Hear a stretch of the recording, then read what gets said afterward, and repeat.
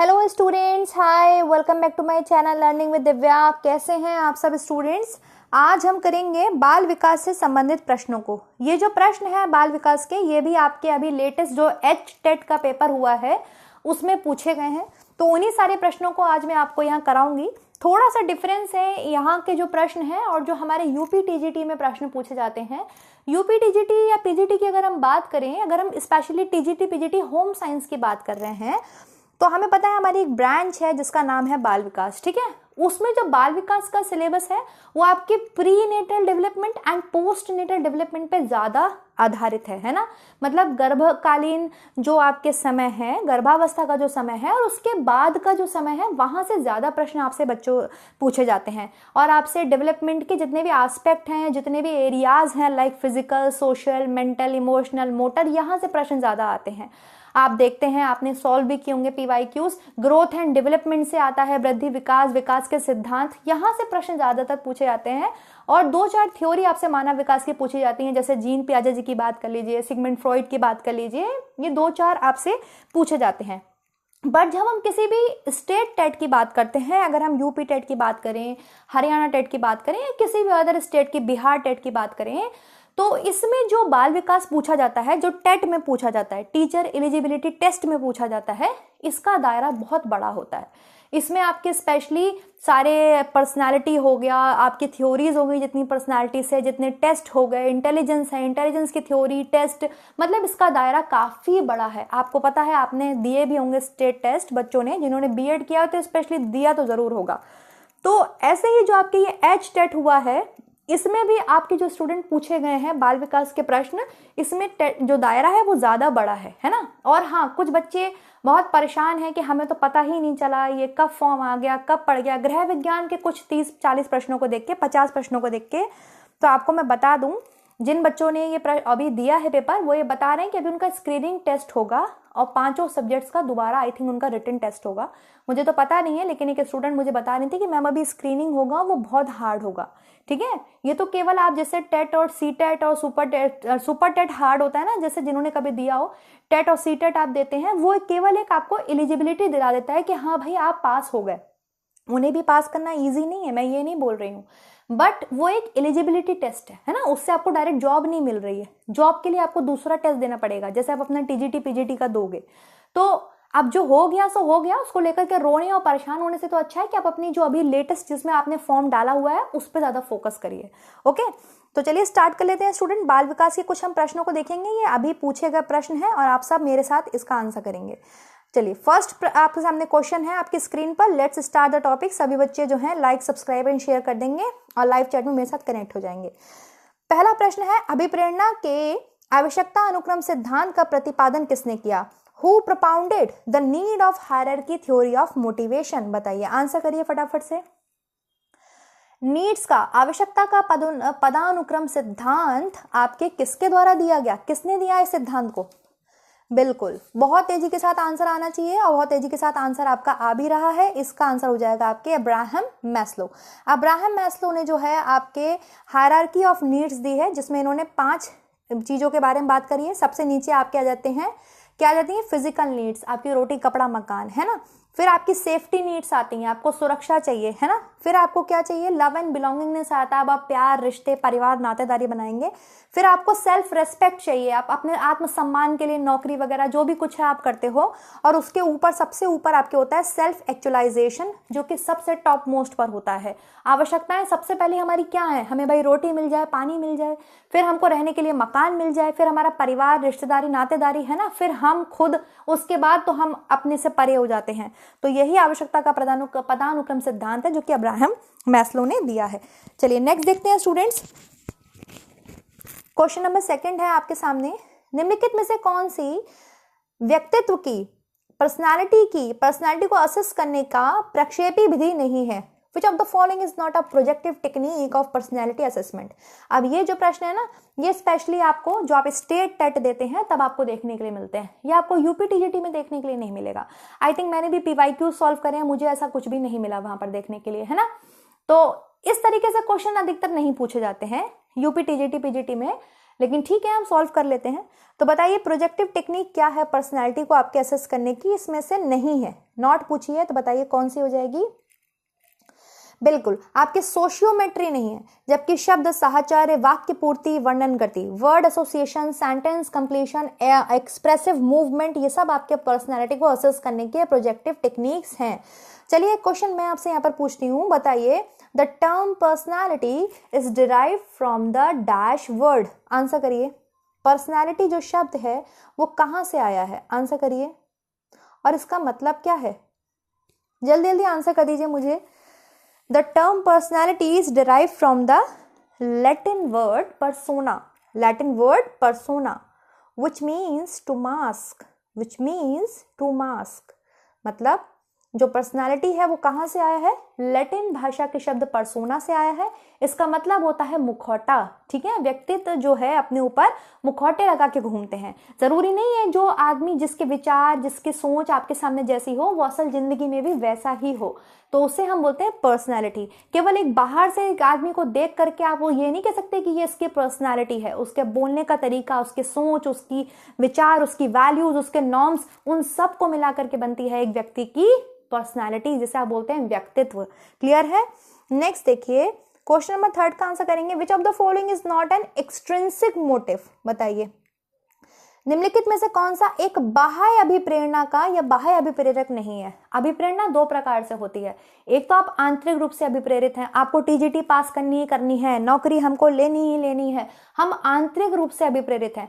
उसके लिए हम आपको कुछ ना कुछ बोलते रहते हैं कि देखो बच्चों पढ़ते रहना है, जरूरी नहीं कि 10-10 घंटे पढ़ो, जितनी देर पढ़ो उतनी देर बहुत अच्छे से पढ़ो। आप आंतरिक रूप से अभिप्रेरित हैं, ठीक है। एक आप बाह्य रूप से अभिप्रेरित हैं। नौकरी आप क्यों करना चाहते हैं? ताकि आपको वेतन मिले, है ना। आप सैलरी, आप पैसे के लिए नौकरी करना चाहते हो ना।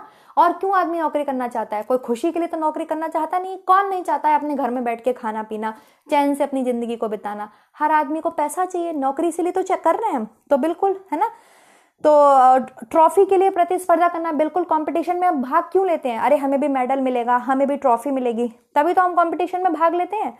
डूइंग जॉब फॉर सैलरी, हम बाहर रूप से अभिप्रेरित हैं, हमें सैलरी चाहिए, तभी तो हम जॉब की मारामारी है, जॉब के लिए घूम रहे हैं। बाय 1 गेट 1 फ्री, अब हम मॉल में गए, लगे हुआ है एक खरीदो एक मुफ्त पाओ, बड़े खुश हो गए हम, अरे वाह बाय 1 गेट 1 है, 200 रुपए में दोनों मिल रहे, चलो चलो चलो ले लेते हैं। तो ये सब क्या है? ये सब बाह्य रूप से हम अभिप्रेरित हैं।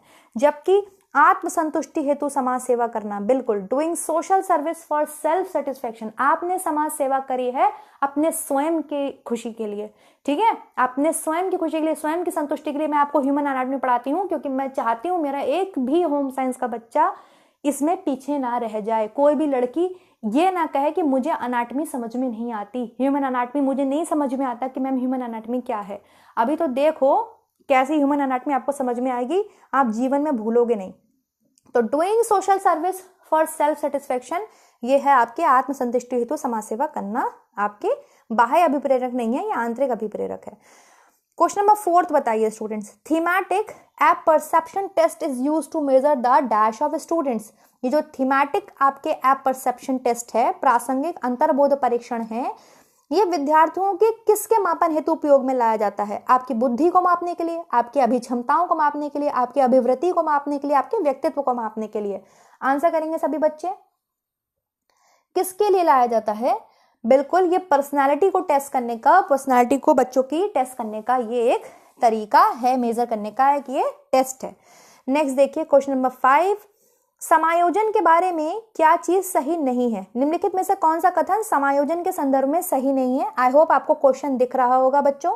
विच of the following statement is not correct with reference to adjustment? Adjustment, accommodation की बात आपके जीन पियाजे साहब करते हैं। जीन पियाजे की थ्योरी आप सबने पढ़ी हुई होगी, है ना। उन्होंने 4 फैक्टर दिए हैं और 4 स्टेजेस की वो बात करते हैं, ये चीज आप ध्यान रखिएगा। हाँ, तो हम एडजस्टमेंट क्यों करते हैं स्टूडेंट? आज मेरे साथ अगर कोई समस्या है, मैं समायोजन कर रही हूं, तो किस लिए? संतुलन में आने के लिए ना, संतुलन लाने के लिए, बैलेंस लाने के लिए। तो इसमें तो पहला ही ऑप्शन गलत दिया है कि भाई एडजस्टमेंट जो है इट क्रिएट्स इम्बैलेंस। जी नहीं, it creates balance. Adjustment creates balance, है ना। एडजस्टमेंट संतुलन उत्पन्न करता है, असंतुलन उत्पन्न नहीं करता। पहला ही ऑप्शन आपके गलत है और हमसे नॉट ही पूछा गया था। लेकिन फिर भी हम अदर को देख लेते हैं कि भाई अदर क्या कह रहे हैं। यह परिस्थिति की मांग के अनुरूप जीवन के तरीकों को बदलने के लिए प्रेरित करता है। बिल्कुल, जैसी परिस्थिति होती है हम खुद को उसी सांचे में ढाल लेते हैं, है ना, परिस्थिति के अनुसार ही हम समायोजन कर लेते हैं। ये वातावरण की स्थितियों में वांछनीय परिवर्तन लाने के लिए जरूरी है। बिल्कुल, समायोजन के अभाव में व्यक्ति तनाव से ग्रसित रहेगा। अगर हम एडजस्टमेंट नहीं करेंगे, जिद पे अड़े रहेंगे, तो हम स्ट्रेस में आ जाएंगे। आप जो डिफेंस मैकेनिज्म भी यूज करते हैं ना, वो भी स्वयं को स्ट्रेस से रिलीज करने के लिए करते हैं, है ना। आपको बॉस ने डांटा, आके आपने घर पे बच्चों को डांट दिया, तो आपने क्या करा, अपना स्ट्रेस रिलीज कर दिया। या फिर मुझे बहुत गुस्सा आई, मैंने पूरी ह्यूमन एनाटॉमी पढ़ डाली, तो मैंने अपनी एनर्जी को कहाँ लगा दिया, मैंने अपनी एनर्जी को ह्यूमन एनाटॉमी को पढ़ने में लगा दिया, और वो मेरे को समझ में आ गया। तो ये हम किसके लिए करते हैं, ताकि हम तनाव से मुक्त हो जाएं। हालांकि वो डिफेंस मैकेनिज्म का एग्जांपल है, लेकिन एडजस्टमेंट भी हम इसीलिए करते हैं ताकि हम इम्बैलेंस में ना रहें, बैलेंस में आ जाएं। तो इसका तो पहला ही आंसर गलत है और यही आंसर सही हो जाएगा। नेक्स्ट देखिए, क्वेश्चन नंबर 5 का आंसर करिए। भाई जीन पियाजे से क्वेश्चन आपके यूपी टीजीटी पीजीटी में भी आएगा, 101% आएगा, और बहुत इंपॉर्टेंट है जीन पियाजे जी। ये लास्ट टीजीटी में भी आपसे पूछा गया है आई थिंक, है ना। चलिए बताइए, पियाजे का जो कॉग्निटिव डेवलपमेंट थ्योरी है, सबसे पहले तो यही प्रश्न बनता है कि संज्ञानात्मक विकास का सिद्धांत किससे संबंधित है, तो जीन पियाजे जी से संबंधित है। इन्होंने पलटाव की क्षमता बताइए इन्होंने किस स्टेज में आ जाती है। तो आपको पता है 0 to 2 ईयर्स को इन्होंने सेंसरी मोटर स्टेज बोला है, तो हम साफ साफ बोल सकते हैं कि इन्फेंसी को ये सेंसरी मोटर स्टेज बोलते हैं। बिल्कुल, प्री ऑपरेशनल स्टेज है इनकी सेकंड। इन्होंने अर्ली चाइल्डहुड को, जो 2 से 6 साल तक के बच्चे होते हैं, अर्ली चाइल्डहुड को ये प्री ऑपरेशनल स्टेज में डालते हैं, सही बात है। 6 से 11 या 7 से 11 साल के, 6 से 12 साल तक के बच्चों को, मतलब लेटर चाइल्डहुड को, ये कॉन्क्रीट में डालते हैं, कॉन्क्रीट ऑपरेशनल स्टेज अर्थात मूर्त संक्रियात्मक में डालते हैं। ये चीजें ध्यान रखिएगा। और अंतिम में आपके बच्चे हैं किशोरावस्था, जिन्हें इन्होंने फॉर्मल ऑपरेशन में डाला है, 11 से ऊपर के बच्चे। और बाल विकास केवल और केवल किशोरावस्था तक का ही अध्ययन कराता है, ये भी बात आप ध्यान रखिएगा। ये प्रश्न मैं आपको सॉल्व करा चुकी हूँ, यूपी पीजीटी में ये प्रश्न पूछा जा चुका है, ठीक है। हाँ, तो जो रिवर्सिबिलिटी है, मतलब पलटाव का गुण, कि बर्फ से पानी बनेगा, पानी से बर्फ बनेगा, ये कॉन्क्रीट में आ जाता है। मूर्त संक्रियात्मक अर्थात जब बच्चा 6 से 12 साल का है, 7 से 11 साल का है, लेटर चाइल्डहुड में है, तो वो ये समझने लगता है कि मम्मी बर्फ से पानी बना सकती है और बर्फ से पानी बनता है। समझ में आ गया। जबकि प्री ऑपरेशनल में इरिवर्सिबिलिटी होती है, कंजर्वेशन भी नहीं होता, ना तो उसे शेप साइज, उसको लगता है 10 सिक्के ज्यादा है, 10 रुपए का नोट कम है, ठीक है। प्री ऑपरेशनल में उसके अंदर पलटाव का गुण भी नहीं है, वो नहीं समझ पा रहा है कि कैसे बर्फ से पानी बन गया या पानी से बर्फ बन गई। बट 6 से 12 साल में आते ही, 7 से 11 साल में आते ही, पियाजे के अनुसार 7 से 11 है और कंक्रीट का जो टाइम पीरियड है उसमें बच्चे समझने लगते हैं। तो बिल्कुल सही है, कंक्रीट की ये विशेषता है। अगर आपसे पूछूं मैं संवेदी पेशियों की, बता दीजिए फटाफट सेंसरी मोटर स्टेज की क्या क्या विशेषताएं बताई हैं जीन पियाजे ने, तो आप जल्दी जल्दी आंसर कर दीजिए, जल्दी जल्दी लिख दीजिए बहुत तेजी के साथ। ऑब्जेक्ट परमानेंस रहेगा, ठीक है। ऑब्जेक्ट परमानेंस मतलब बच्चे के सामने अगर आप कोई वस्तु हटा देंगे तो वो उसके लिए रोएगा, मांगेगा, क्योंकि अभी वस्तु स्थायित्व का गुण है, वस्तु स्थायित्व का गुण होता है। दूसरा, बच्चा अनुकरण करता है, अनुकरण करने की एज ही है इन्फेंसी, नकल कर करके सीखता है, आपको कुछ भी करते हुए देखेगा उसकी नकल करेगा। और गोल डायरेक्टिव बिहेवियर है, ठीक है। बच्चा जो है उसको किसी भी चीज को उठाने का, किसी भी चीज को लेने का प्रयास करेगा, ठीक है। Very good. ईगो सेंट्रिज्म अगर मैं बात करूं, स्वयं में है, स्वयं से बातें कर रहा है, तो आपने देखा होगा आपके 2 से 6 साल तक के बच्चे आपस में खूब बात करते हैं, अपने आप से खूब बात करते हैं। स्पेशली 4-5 साल तक का बच्चा बहुत अपने में बातें करता है। तो ईगो सेंट्रिज्म किसकी आपकी विशेषता है, प्री ऑपरेशनल की, ठीक है। और फॉर्मल की तो हाइपोथेटिक और डिडक्टिव रीजनिंग है ही, अलग ही है। चलिए भाई, एरिक्सन से भी क्वेश्चन आया, और एक एरिक्सन की स्टेजेस को तो मैंने आपको अभी अपने चैनल पर कराया है। ये सब देख के बहुत खुशी होती है कि चलो कुछ भी मैं फर्जी नहीं पढ़ा रही। एरिक्सन की अगर मैंने बात करी, स्टेजेस ऑफ डेवलपमेंट पढ़ाया है, तो देखो क्वेश्चन आया है। और मैंने अपनी कम्युनिटी टैब पर भी इनसे खूब क्वेश्चन आपसे पूछे हैं कि ये कौन सी विशेषता है, इनिशिएटिव वर्सेस गिल्ट किसकी है, एडोलेसेंस को क्या बोला है, अर्ली चाइल्डहुड को क्या बोला है, ये सब मैंने आपसे खूब पूछे हैं क्वेश्चन। और देखिए यहाँ पर क्वेश्चन आया है, भाई आपको नॉट ढूंढना है, कौन सा मैच जो है वो करेक्ट नहीं है।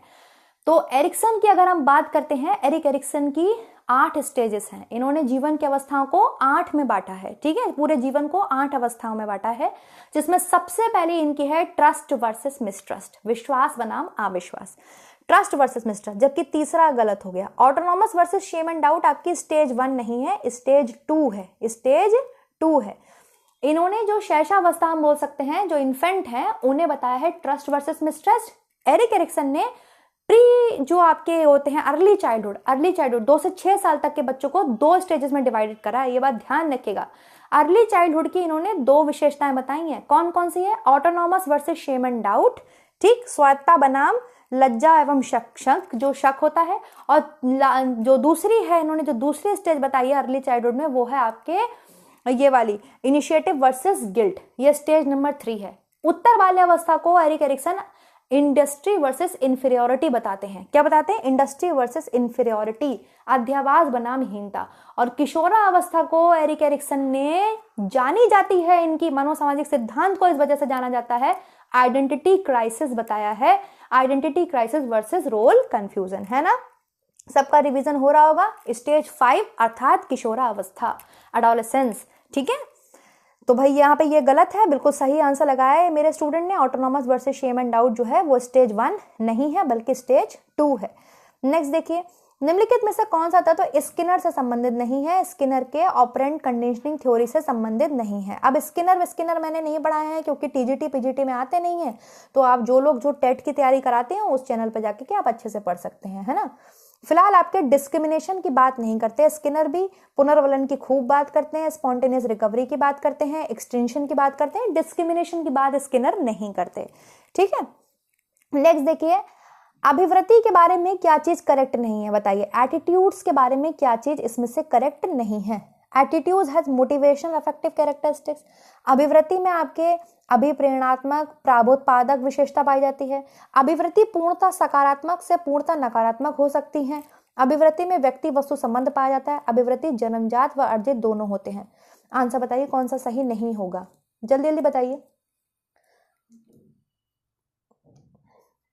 देखिए, अगर हमें एटीट्यूड्स की बात करती हूँ ना, तो ऐसा नहीं होता एटीट्यूड्स कि आपके जन्मजात भी हैं अर्जित भी हैं। मेरे हिसाब से एटीट्यूड्स आपके जन्मजात ही होते हैं। हमारा जो सोच या हमारी विचार जो है वो हमारे बचपन से है, हमारी बदल नहीं जाते एटीट्यूड्स। कहते हैं ना इसका एटीट्यूड ही ऐसा है, बदल नहीं सकता। ऐसा नहीं ना कि आज आपने मुझे देखा तो आप मेरे जैसा एटीट्यूड करने लगोगे। इंस्पायर्ड होना अलग है, आप मुझसे इंस्पायर्ड हो, मेरी तरह करना चाहते हो, डिफरेंट थिंग है ना। लेकिन ऐसा तो नहीं ना कि हम अपना एटीट्यूड बिल्कुल बदल लेंगे किसी को देख करके, ऐसा नहीं होता। तो मुझे भी ये चीज सही लगती है और आई थिंक आयोग ने भी यही आंसर सही माना है कि attitude is इनेट and acquired both. ये चीज सही नहीं है, ठीक है। मेरे हिसाब से यही आंसर ठीक होना भी चाहिए और आयोग ने भी शायद यही आंसर सही माना है। नेक्स्ट देखते हैं स्टूडेंट्स, क्वेश्चन नंबर 10। भाई डेवलपमेंट से क्वेश्चन यूपी टीजीटी पीजीटी में भी आएगा, डेवलपमेंट के प्रिंसिपल से। बताइए, विच of the following statement is correct about the development of children? निम्नलिखित में से कौन सा कथन बच्चों के विकास के बारे में सही है? आंसर करिए, सबको दिख रहा होगा। विकास मात्र आनुवंशिकता का उत्पाद है? अरे एकदम गलत बात बोल रहे हो। Development is a product of both heredity and environment, है ना। विकास वातावरण और वंशानुक्रमण दोनों का उत्पाद है। वंशानुक्रम, हेरिडिटी दोनों का उत्पाद है, दोनों का बराबर प्रभाव पड़ता है बच्चे के ऊपर, ऐसा नहीं है, केवल नहीं है। विकास follow a random pattern. Development is a cumulative process, बिल्कुल सही बात है। विकास एक संचयी प्रक्रिया है। Development is a continuous process, continuous process को ही क्यूमुलेटिव प्रोसेस बोलते हैं। विकास एक संचयी प्रक्रिया है, विकास एक संचयी प्रक्रिया है, विकास निरंतर चलने वाली प्रक्रिया है, ठीक है, जो कि आपके गर्भ से स्टार्ट हो जाती है। जैसे ही एक महिला गर्भ धारण करती है और जीवन में वूम टू टूम जिसे बोलते हैं, कब्र तक जाएगा आपके विकास आपको लेकर के, तो संचयी प्रक्रिया है, क्यूमुलेटिव प्रोसेस है, ये बात बिल्कुल सही है। Different aspects of development are not interrelated. अरे बिल्कुल गलत बोल रहे हो, सारे एस्पेक्ट जो हैं वो आपस में जुड़े होते हैं। अगर आज मेरा मन पढ़ाई करने का नहीं है तो मेरा शरीर भी साथ नहीं देगा, मुझे समाज में जाने का भी मन नहीं करेगा। हो सकता है मैं चिल्ला दूं किसी के ऊपर, हो सकता है मैं गुस्सा कर दूं, हो सकता है मेरे संवेगों पर भी मेरा नियंत्रण ना रहे, ठीक है। अगर मेरे हाथ में, सिर में, पैर में कहीं भी दर्द है या मेरा मूड खराब है, समझ में आ गया। तो विकास के सारे aspects, physical, mental, social, emotional, motor, सब आपस में एक दूसरे से अंतर संबंधित होते हैं। यहाँ पर सही पूछा है तो सही हो जाएगा आपके, development is a cumulative process. विकास एक संचयी प्रक्रिया है, विकास निरंतर चलने वाली प्रक्रिया है, इसी को बोलते हैं ये एक संचयी प्रक्रिया है, ठीक है। नेक्स्ट देखिए स्टूडेंट्स, कैटल का, आरबी कैटल से क्वेश्चन पूछा गया। आरबी कैटल का आपको पता है लिक्विड एंड फ्लूइड टेस्ट है, उन्होंने इंटेलिजेंस का दिया हुआ है, थ्योरी दी हुई है आरबी कैटल ने, जिसमें वो तरल और ठोस बुद्धि की बात करते हैं, है ना। जो तरल होती है आपके वो आपके हेरिडिटी से जुड़ी होती है, और जो आपके ठोस होती है, क्रिस्टलाइज बुद्धि जो होती है, वो आपके अवसारी चिंतन से जुड़ी होती है, लर्नर बेस्ड होती है। हाँ, तो बताइए, इन्होंने एक टेस्ट दिया इंटेलिजेंस का, वो कौन सा दिया है इन्होंने टेस्ट? जल्दी जल्दी आंसर करिए। 11 का ये क्वेश्चन नहीं आएगा, यूपी टीजीटी पीजीटी में नहीं आएगा। फिलहाल नॉन वर्बल टेस्ट की बात करिए, ठीक है, ऑप्शन नंबर 3, ठीक है। नेक्स्ट देखिए, क्रिएटिविटी की विशेषता नहीं है, बताइए विच of the following is not a characteristics of creativity. अब आप क्रिएटिव हैं, सृजनात्मकता है आपके अंदर।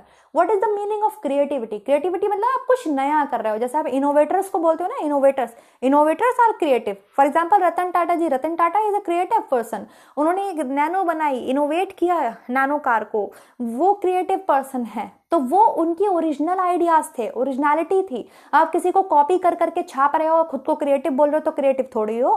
कॉपी करना किसी को क्रिएटिविटी नहीं होती है ना। Creativity is originality. Ratan Tata original है, उन्होंने ओरिजिनलिटी लाई, वो नैनो कार लाए, वो क्रिएटिव पर्सन है। तो ओरिजिनलिटी भी होती है, फ्लेक्सिबिलिटी भी होती है, फ्लुएंसी भी होता है, बट रिजिडिटी जो है वो क्रिएटिविटी का विशेषता नहीं है, वो आपके क्रिएटिविटी की विशेषता नहीं है। तो जल्दी से मुझे बता दीजिए कौन कौन सी क्रिएटिविटी की विशेषताएं हैं। 4 विशेषताएं हैं क्रिएटिविटी की, जल्दी से आंसर कर दीजिए कौन कौन सी हैं। बहुत तेजी के साथ आंसर कर दीजिए भाई। फ्लुएंसी है, फ्लेक्सिबिलिटी है, ओरिजिनलिटी है और इलैबोरेशन है, ठीक है। रतन टाटा जी हैं, नैनो कार लाए, वो विचार उनका मौलिक विचार था। उन्होंने नैनो कार इतनी फ्लेक्सिबल बनाई ताकि वो हर तरीके से एडजस्ट कर पाए। लोचशीलता भी थी उनके विचारों में, ठीक है, धारा प्रवाहिता भी थी, और वो इलैबोरेट भी कर पाए अपनी कार को, अपने आइडियाज को, अपने इनोवेशन को वो इलैबोरेट भी कर पाए, पूरी दुनिया में उसको फैला भी पाए। तो इट इज कॉल्ड क्रिएटिविटी, है ना। ये नहीं दूसरे को छाप लो पूरा उठा के और क्रिएटिविटी का डंका बजाओ, उसे क्रिएटिविटी नहीं कहते, ठीक। लेकिन क्रिएटिविटी कहीं से भी रिजिड नहीं होती। जब फ्लेक्सिबिलिटी है तो रिजिड तो हो ही नहीं सकती, अपोजिट होते हैं एक दूसरे के, फ्लेक्सिबिलिटी और रिजिडिटी, है ना। फ्लेक्सिबल मतलब लोच होना, और रिजिड मतलब बिल्कुल कठोर हो जाना, एकदम जम जाना उसी चीज पे। तो ये तो अपोजिट है एक दूसरे के, तो रिजिडिटी तो हो ही नहीं सकता। नेक्स्ट देखिए, निम्नलिखित में से कौन सा कारक शिक्षण अधिगम प्रक्रिया को प्रभावित नहीं करता? बताइए क्या प्रभावित नहीं करता? Teaching skills of teacher, mental health of teacher, subject knowledge of teacher, physical appearance of teacher. अरे शिक्षक विकलांग है, उससे क्या मतलब है? अब बच्चे मुझसे पूछते हैं मैम आपकी शादी हो गई, मैम आप शादीशुदा हो ना, मैम आप कहाँ रहती हो, मैम आप क्या करती हो? उससे तुम्हें क्या लेना देना, क्या लेना देना, क्या लेना देना? मैम तो मैम है ना, आपको पढ़ा रही हूँ ना, अगर मेरी पढ़ाई। हाँ, एक बड़ा भारी प्रश्न है सबका मुझसे, मैम आप गवर्नमेंट टीचर हैं, तुम्हें क्या लेना देना मैं गवर्नमेंट टीचर हूँ या नहीं हूँ, क्या लेना देना? क्या मेरे गवर्नमेंट टीचर होने से मेरे कंटेंट में कुछ फर्क आ रहा है, या जो गवर्नमेंट टीचर हैं उनसे मेरा कंटेंट खराब है, या अगर मैं गवर्नमेंट टीचर हूँ भी तो क्या मेरा कंटेंट खराब है? क्या मैं आपको खराब पढ़ा रही हूँ, गलत पढ़ा रही हूँ? तो शिक्षक से उसकी जात, उसका घर बार, उसका रूप मत पूछिए। शिक्षक शिक्षक है, उसको शिक्षक समझ के पढ़िए, है ना। और मैं तो शिक्षक आपको कभी कहते नहीं कि मैं आपके शिक्षक हूँ, मैं तो आपकी फैसिलिटेटर हूँ, आपको फैसिलिटेट कर रही हूँ, आपकी स्टडीज को ईजी बना रही हूँ। तो एक कुछ बच्चों का जो प्रश्न है कि आप गवर्नमेंट टीचर हैं, गवर्नमेंट टीचर हैं, गवर्नमेंट टीचर है, ये मत पूछा करो, ठीक है। उससे कोई फर्क नहीं पड़ने वाला। मेरी बुद्धि, मेरी नॉलेज, जो मेरा ज्ञान है वो मैं आपको ऐसे ही देती रहूंगी, चाहे मैं गवर्नमेंट टीचर हूँ, चाहे मैं गवर्नमेंट टीचर नहीं हूँ, ठीक है। उससे क्या फर्क पड़ता है? तो शिक्षक की फिजिकल अपीयरेंस कोई फर्क नहीं डालती टीचिंग लर्निंग प्रोसेस पे। हाँ, उसका शिक्षण कौशल डालता है, बिल्कुल। अभी मैं जो पढ़ा रही हूँ तुम्हें समझ में ना आया तो मेरा क्लास छोड़ के भाग जाओगे। उसका मानसिक स्वास्थ्य, वही बात, मेरा मन नहीं पढ़ाने का तो मैं कैसे पढ़ा दूंगी? उसका विषय का ज्ञान, मुझे एनाटॉमी आती नहीं तो मैं एनाटॉमी पढ़ाने खड़ी हो गई तो कैसे बता दूंगी, है ना। चलो, वृद्धि बच्चों में किस प्रकार के परिवर्तन लाती है? बताइए। ग्रोथ रेफर्स टू, बताइए जल्दी आंसर करिए। Growth refers to structural changes, functional changes, structural and functional both, या नन ऑफ दीज? देखिए ये इस लड़की ने गलत कर दिया है answer. Growth refers to only structural, केवल संरचनात्मक परिवर्तन आते हैं वृद्धि से, जबकि विकास संरचनात्मक और फंक्शनल दोनों परिवर्तन लाता है। कैसे? आप बोलोगे कैसे? भाई वृद्धि का मतलब क्या है? केवल आपका आकार में बढ़ना, है ना। आपकी हाइट का बढ़ जाना ही तो आपकी संरचना में परिवर्तन ही तो हो रहा है ग्रोथ से, जबकि विकास तो आपके दिमाग का भी विकास हो रहा है, आपके संवेगों का भी विकास हो रहा है, आप सामाजिक रूप से भी ज्यादा दोस्त बना पा रहे हो, आपके अंदर नैतिकता आ रही है, वैल्यूज आ रही है, हर एक चीज आ रही है, आप दोनों प्रकार से विकसित हो रहे हो, स्ट्रक्चरल भी विकसित हो रहे हो और फंक्शनल भी विकसित हो रहे हो। तो development refers to structural and functional both, but growth refers to only structural changes. ठीक है, संरचनात्मक परिवर्तन ही आते हैं बच्चे में वृद्धि में। क्लियर है? जैसे क्वालिटेटिव एंड क्वांटिटेटिव दोनों पढ़ते हैं ना, तो growth refers to only quantitative, है ना, केवल मात्रात्मक परिवर्तन, जबकि विकास में गुणात्मक मात्रात्मक दोनों आते हैं। नेक्स्ट देखिए, त्वरण किस प्रकार के विशिष्ट बच्चों की शिक्षा के लिए महत्वपूर्ण योजना है? एसिलरेट करना है आपको, बच्चे को भ्रूम भ्रूम एसिलरेट करते जाना है बच्चों को, कि बच्चा बड़े, मोटिवेट करता रहना है, एसिलरेशन देते रहना है आपको। किसके लिए? गिफ्टेड के लिए, है ना। गिफ्टेड बच्चा है जिसकी प्रतिभाशाली है, उसकी बुद्धि तेज है, बहुत ज्यादा आईक्यू उसका ऊपर है, तो आपको उसको हमेशा त्वरित करते रहना चाहिए, एक्सेलरेट करते रहना चाहिए। नेक्स्ट बताइए, which type of reinforcement schedule is to reinforce each correct response of the learning in operant conditioning? भैया operant conditioning थ्योरी हमने तो नहीं पढ़ाई है, फिलहाल जिन्होंने पढ़ी है आंसर कर दो। कार्यात्मक प्रतिबद्धता में अधिगमकर्ता की प्रत्येक सही अनुक्रिया को पुनर्वलित करना किस प्रकार की पुनर्वलन अनुसूची है? फिक्स इंटरवल में करना चाहिए, वेरिएबल इंटरवल्स में करना चाहिए, फिक्स रेशियो में करना चाहिए, या कंटिन्यूअस करना चाहिए? आंसर करिए। What type of reinforcement schedule is to reinforce each correct response of the learner? आपके कंटिन्यूअस, बिल्कुल सही है, सतत कार्यात्मक प्रतिबद्धता में मतलब सतत आप एक व्यक्ति को रीइंफोर्स कर रहे हो, बराबर किसी काम के लिए आप उसको उत्तेजित कर रहे हो, है ना, पुनर्वलित कर रहे हो, तो कंटिन्यूअस ही होगा। ठीक है, नेक्स्ट देखिए, विकास जो आपके सिर से पैर होता है, there are the two direction of development, one is cephalocaudal, second is proximodistal, है ना। तो सिफेल आपके सिर से पैर की तरफ होता है और प्रॉक्सिमोडिस्टल आपके सेंटर टू पेरिफेरी होता है, सेंटर टू पेरिफेरी होता है। तो बिल्कुल ठीक है भाई, सिर से पैर पूछा है तो सिर का मतलब सिफेल का मतलब ही होता है सिर, सिफेलोकॉर्डल हो जाएगा। नेक्स्ट देखिए 18, a type of intelligent test in which the question are similar in difficult level but more importance is given the time element. एक प्रकार का बुद्धि परीक्षण है जब प्रश्न कठिनाई स्तर की दृष्टि से समान होते हैं किंतु समय तत्व को अधिक महत्व देते हैं। गति, शक्ति, शाब्दिक निष्पादन। जल्दी जल्दी आंसर बताइए, क्या आंसर हो जाएगा इसका? सही है, बिल्कुल स्पीड टेस्ट, है ना। नेक्स्ट देखिए, आपको टाइम नहीं दिया जाता है, स्पीड टेस्ट नहीं होते हैं, टाइम को इतने सेकंड है, इतनी तेज में आपको आंसर करना है।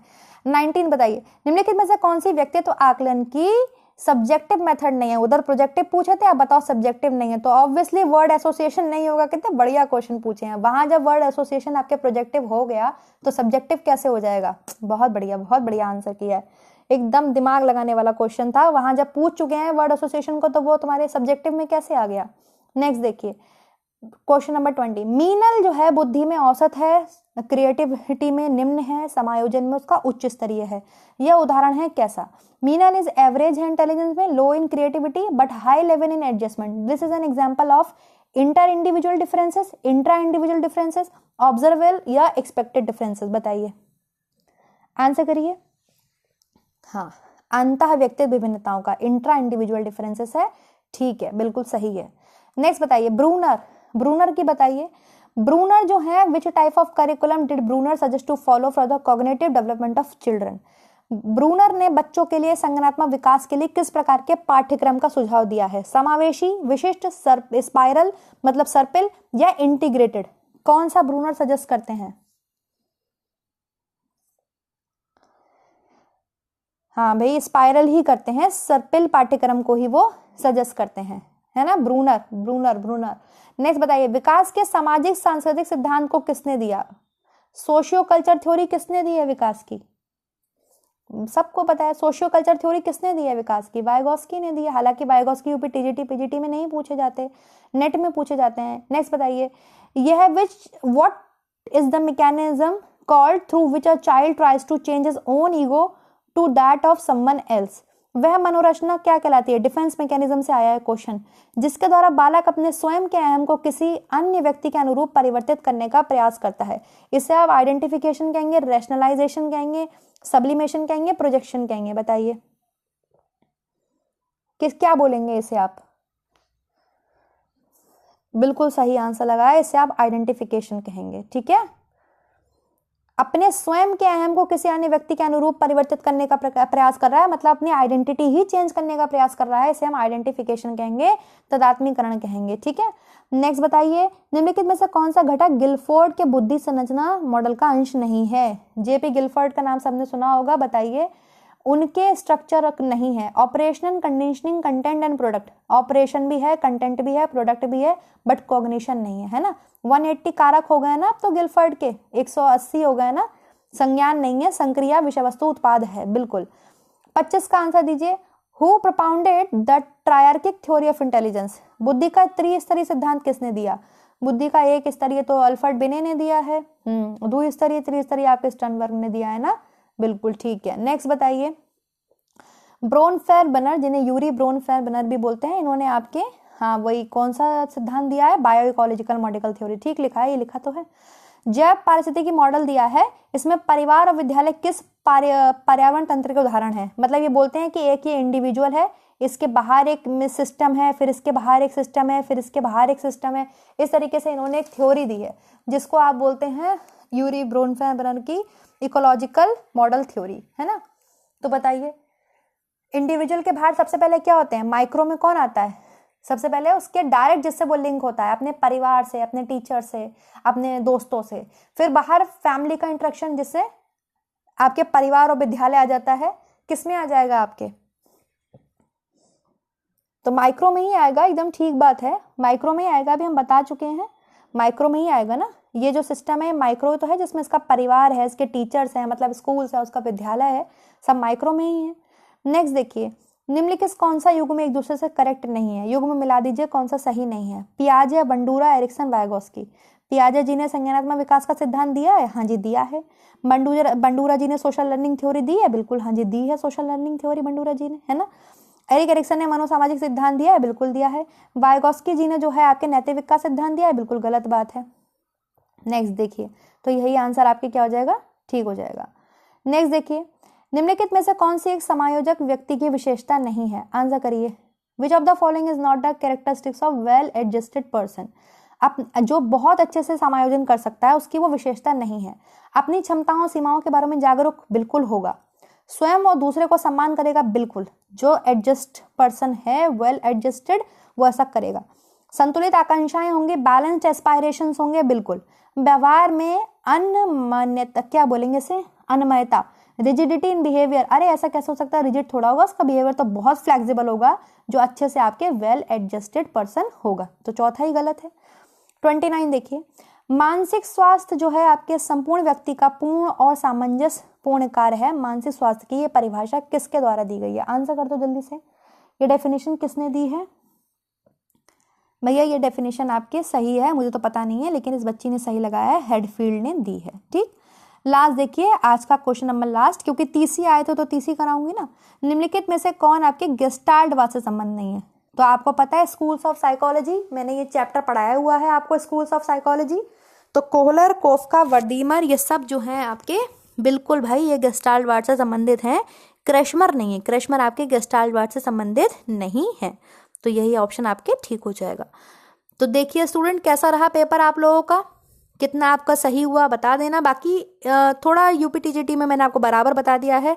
यूपीटीजीटी में आपके प्री नेटल डेवलपमेंट पे ज़्यादा रहेगा, मतलब गर्भावस्था से संबंधित प्रश्न आते ही आते हैं।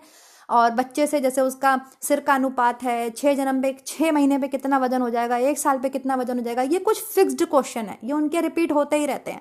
और आपके फिजिकल एस्पेक्ट से आ जाएंगे, और इससे आता है क्वेश्चन तुम्हारे ये कोइंग, बैबलिंग, लैंग्वेज डेवलपमेंट, है ना। इस पे ज़्यादा थोड़ा ध्यान रहता है, क्योंकि वो होम साइंस के एस्पेक्ट में पूछते हैं। यहाँ जो बाल विकास है ये पूरा सिलेबस कंप्लीट करता है। चलिए फिलहाल नेक्स्ट वीडियो मिलेंगे हम नेक्स्ट टॉपिक के साथ, ऐसे ही और क्वेश्चंस को सॉल्व करेंगे। Do like, do subscribe, do share my channel learning with Divya. Thank you so much guys, bye bye.